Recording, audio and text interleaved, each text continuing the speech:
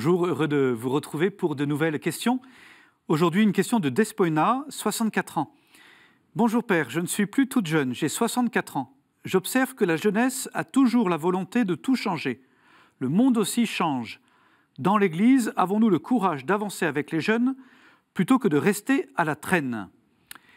Eh bien écoutez, j'ai envie de vous répondre deux choses. La première, c'est d'abord, vous avez raison.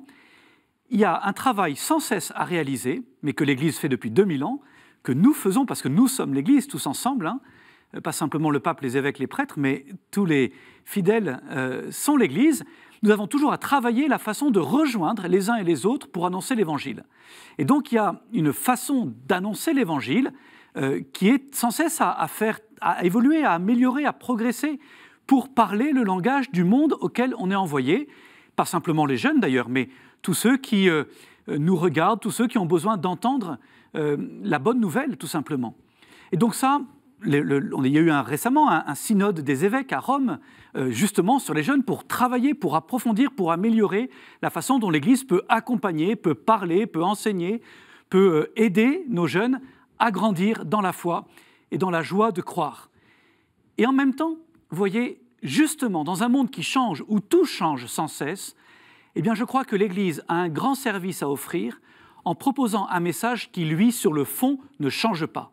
Parce que les jeunes que je rencontre, en tout cas, je peux vous le dire, n'attendent pas de l'Église qu'elle soit à la traîne des différentes modes, des modes qui passent. Au contraire, ils cherchent des repères, ils cherchent une stabilité, ils cherchent un message qui ne dépend pas des sondages et qui ne change pas en fonction des modes de pensée, mais un message qui est stable, qui est solide, sur lequel ils pourront s'appuyer pour construire leur vie.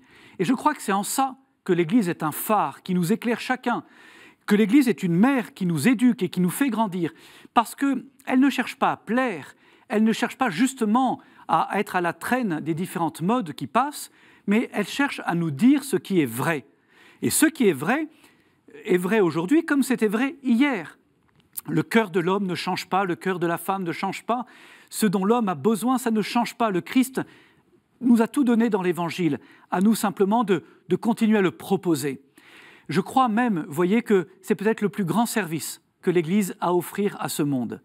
Une parole libre, parce qu'une parole qui ne dépend pas des modes, une parole stable, une parole qui a comme unique souci de proposer la vérité de l'Évangile, la vérité qui sauve.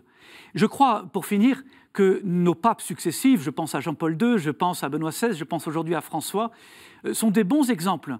Je suis frappé de voir combien ils arrivent à la fois à trouver les mots pour parler aux jeunes. Il suffit de voir combien la jeunesse du monde les écoute avec attention. Au JMJ, c'est frappant, aux Journées mondiales de la jeunesse. On voit cette soif d'écoute de la part des jeunes.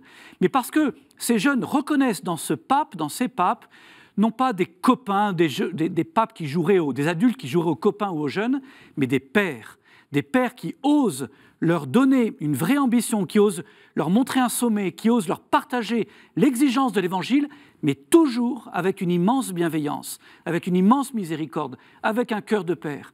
Voilà pourquoi les jeunes aiment le pape, qui s'appelle Jean-Paul, Benoît ou François. Alors à nous de suivre cet exemple, en particulier pour les plus anciens, à oser transmettre aux plus jeunes cette vérité qui nous fait vivre. Merci beaucoup pour votre question. Vous pouvez poser vos prochaines questions à l'adresse email suivante pourquoipadré@kto-tv.com et retrouver cette émission sur KTO TV. Merci, à bientôt.